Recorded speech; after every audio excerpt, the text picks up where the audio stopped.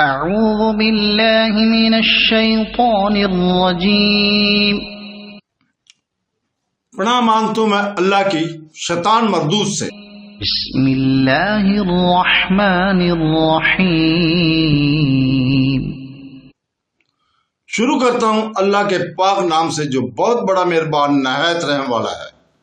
وَإِذَا سَأَلَكَ عِبَادِي عَنِّي فَإِنِّي قَرِيبٌ أُجِيبُ دَعْوَةَ الدَّاعِ إِذَا دَعَانِ فَلْيَسْتَجِيبُوا لِي وَلْيُؤْمِنُوا بِي لَعَلَّهُمْ يَرْشُدُونَ۔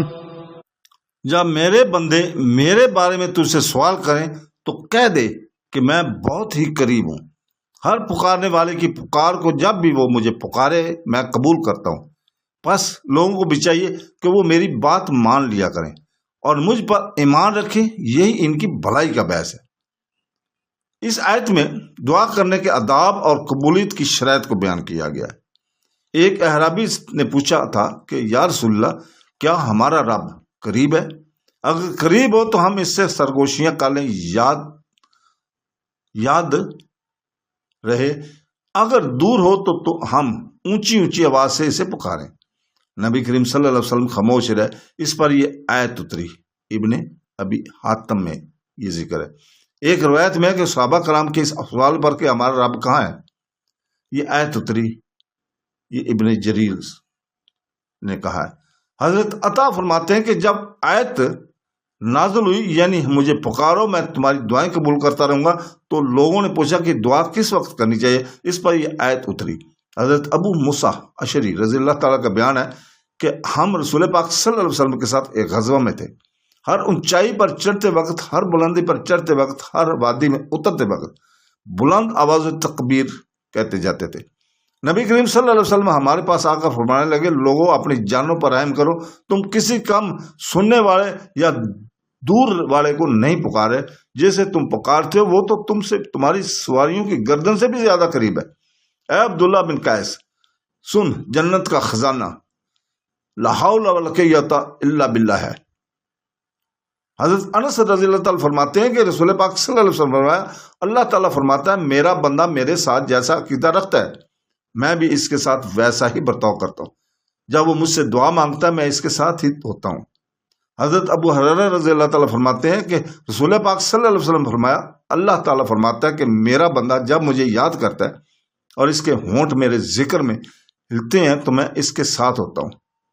اس مضمون کی آیت قرآن کریم میں بھی یہی فرمایا ہے، جو تقوی اور احسان خلوص والے لوگ ہوں ان کے ساتھ اللہ تعالیٰ ہوتا ہے۔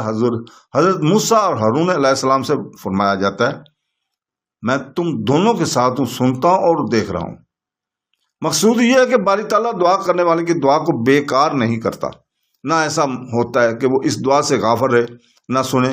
اس میں دعا کرنے کی رغبت دلائی ہے اور اس کی ضیاع نہ ہونے کا وعدہ کیا۔ حضرت سلمان فارسی رضی اللہ تعالیٰ فرماتے ہیں کہ نبی کریم صلی اللہ علیہ وسلم فرمایا کہ بندہ جب اللہ تعالیٰ کے سامنے ہاتھ بلند کر کے دعا مانگتا تو رحیم الرحیم اس کے ہاتھ کو خالی پھیرتے ہوئے شرماتا ہے۔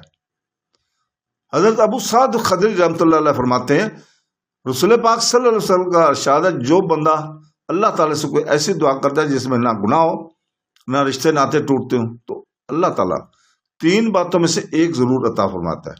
نمبر 1، اس کی دعا اس وقت قبول فرما کر اس کی منہ مانگی مراد پوری کرتا ہے۔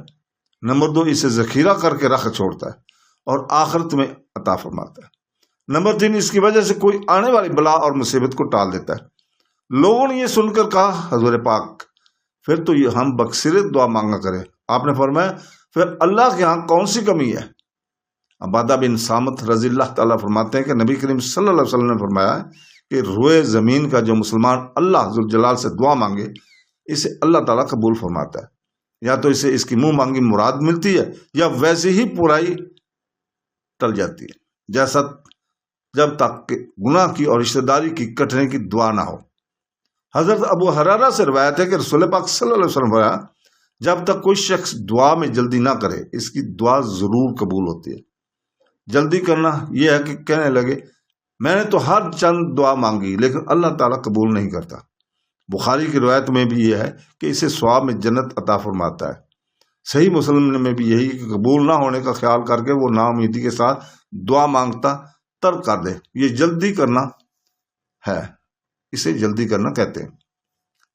ابو جعفر طبری رحمۃ اللہ علیہ کی تفسیر میں یہ قول حضرت عائشہ رضی اللہ تعالیٰ کا بیان کیا گیا۔ حضرت عبداللہ بن عمر رضی اللہ تعالیٰ فرماتے ہیں رسول پاک صلی اللہ علیہ وسلم نے فرمایا کہ دل مثل برتنوں کے ہیں، بعض سے زیادہ نگرانی کرنے والے ہوتے ہیں۔ اے لوگو، تم جب اللہ تعالیٰ سے دعا مانگو تو قبولیت کا یقین رکھا کرو۔ سنو، غفلت کرنے والے دل کی دعا اللہ تعالیٰ قبول نہیں فرماتا۔ حضرت عائشہ صدیقہ رضی اللہ تعالیٰ نے ایک مرتبہ حضور پاک صلی اللہ علیہ وسلم سے اس آیت کے بارے میں سوال کیا تو آپ نے دعا کی، اے اللہ، عائشہ کے اس سوال کا کیا جواب ہے؟ جبرائیل علیہ السلام آئے اور فرمایا اللہ تعالیٰ آپ کو سلام کہتا ہے اور فرماتا ہے کہ مراد اس کی وہ شخص ہے جو نیک اعمال کرنے والا اور سچی نیت اور نیک دلی کے ساتھ مجھے پکارے تو میں لبیک کہہ کر اس کی حاجت پوری ضرور کرتا ہوں۔ یہ حدیث اسناد کے روح سے غریب ہے۔ ایک اور حدیث میں ہے کہ حضور پاک صلی اللہ علیہ وسلم نے اس آیت کی تلاوت کی، پھر فرمایا اے اللہ، تو نے دعا کا حکم دیا ہے اور اجابت کا وعدہ فرمایا، میں حاضر ہوں، اللہ ہی میں حاضر ہوں، میں حاضر ہوں، اے اللہ شریک اللہ، میں حاضر ہوں۔ حمد و نعمت اور بادشاہی تیرے ہی لیے ہے، تیرا کوئی شریک نہیں۔ میری گواہی ہے کہ تو نرالا، یکتا، بے مثل اور ایک ہی ہے۔ تو پاک ہے، اہل عیال سے دور ہے، نہ تیرا ہم سر کوئی، نہ تیری برابری کرنے والا کوئی، نہ تجھ جیسا کوئی۔ میری گواہی ہے کہ تیرا وعدہ سچا، تیری ملاقات حق، جنت اور دوزخ، قیامت اور دوبارہ جینا، یہ سب برحق امر ہیں۔ حضرت انس رضی اللہ تعالیٰ سے روایت ہے کہ رسول پاک صلی اللہ علیہ وسلم فرماتے ہیں کہ اللہ تبارک تعالیٰ کا ارشاد ہے کہ اے ابن آدم، ایک چیز تو تیری ہے، ایک میری ہے، ایک میرے اور تیرے درمیان تقسیم ہے۔ خالص میرا حق تو حق یہ ہے کہ ایک میری ہی عبادت کر اور میرے ساتھ کسی کو شریک نہ کر۔ تیرے لیے مخصوص یہ ہے کہ تیرے ہر عمل کو پورا بدلہ میں تجھے ضرور دوں گا، کسی نیکی کا ضیاع نہ کروں گا۔ درمیان کی چیز یہ ہے کہ تو دعا کر اور میں قبول کروں۔ ایک کام دعا کرنا تیرا اور ایک کام قبول کرنا میرا۔ بازار دعا کی اس آیت کو روزوں کے احکام کی آیتوں کے درمیان لانے کی حکمت یہ ہے کہ روزے ختم ہونے کے بعد لوگوں کو دعا کی ترغیب ہو۔ اگر ہر روز افطار کے وقت وہ بکثرت دعائیں کیا کریں، حضور پاک صلی اللہ علیہ وسلم کا ارشاد ہے کہ روزہ دار افطار کے وقت جو دعا کرتا ہے اللہ تعالیٰ اسے قبول فرماتا ہے۔